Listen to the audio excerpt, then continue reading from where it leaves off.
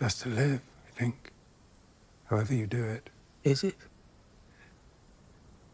My dragon is dead.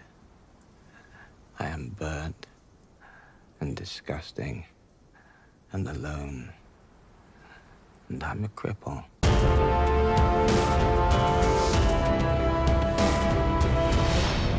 When the decision was made in Season 1 to eliminate the 10-year age gap that existed between Rhaenyra and Alicent in the book, I was all for it. I thought that it would make the earlier episodes more engaging if you had them as peers and best friends, and it would raise the stakes and make it more tragic for what would transpire. Now, though, I feel as if it was a big mistake. Rather than using it as a device to enhance Martin's core story, it's twisted the pages of Fire and Blood into something else. It's become more the story of Rhaenyra and Alicent's childhood bond, whatever that was, and it's brought us Septa Rhaenyra's ridiculous trip to King's Landing, and now we have Alicent giving up her sons for a friend. The problem with changing things from the source material to the TV or film adaptation is that sometimes one decision can set off a ripple effect that can become a tsunami. If only they had simply stopped at the age difference and kept the rest of the story intact. But instead, the tentacles of that decision wrapped themselves around the core of the story. The final scene between Rhaenyra and Alicent was painful to watch, and it's not simply because the dialogue was at points on a soap opera level. I resented you, I think, for caring so little for any of it, for knowing what you wanted. I did not know what I wanted. I knew only what was expected of me. Why have you come here? Because I lost my way. Or rather, it was taken from me. Like sand through the hourglass, so are the days of our lives. Alicent's character was left largely unscathed this season. I tried to ignore her allowing Rhaenyra to leave King's Landing during this eye-rolling scene, but when they had her wandering in the wilderness in Episode 7, I worried where this was all going. Now she's giving up all of her sons to save her daughter and herself. I could see her giving up Aemon, who has become a psychopath, but Aegon is broken. She doesn't even know his condition is improving, but in Alicent's mind, how this deal plays out is that they'd carry Aegon out from his sickbed so he could be beheaded before the masses. And then, of course, there's Daemon. He's stalwart. Clever.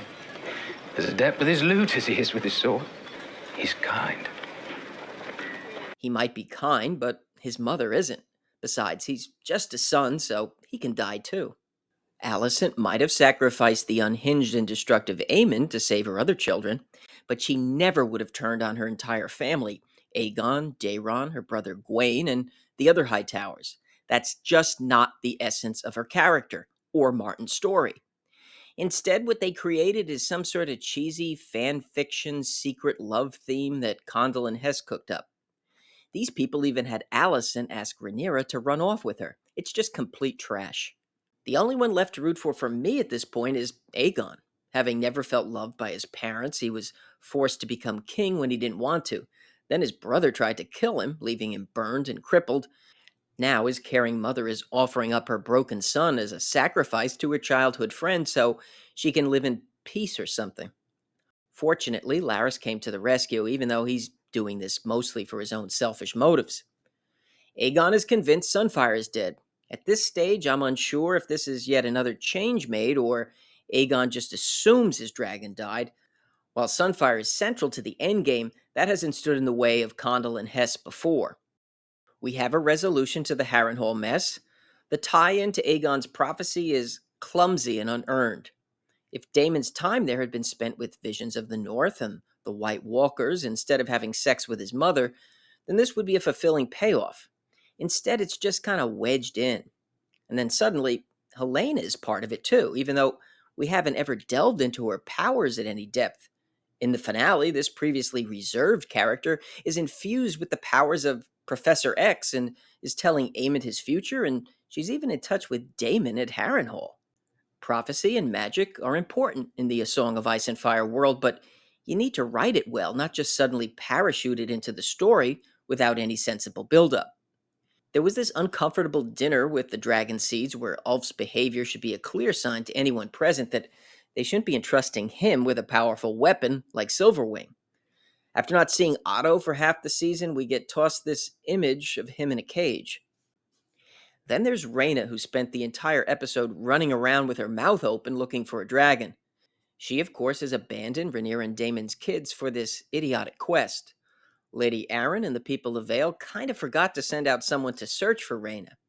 At this point, though, it would have been funny if the dragon, which I assume is Sheepstealer, had simply burned her.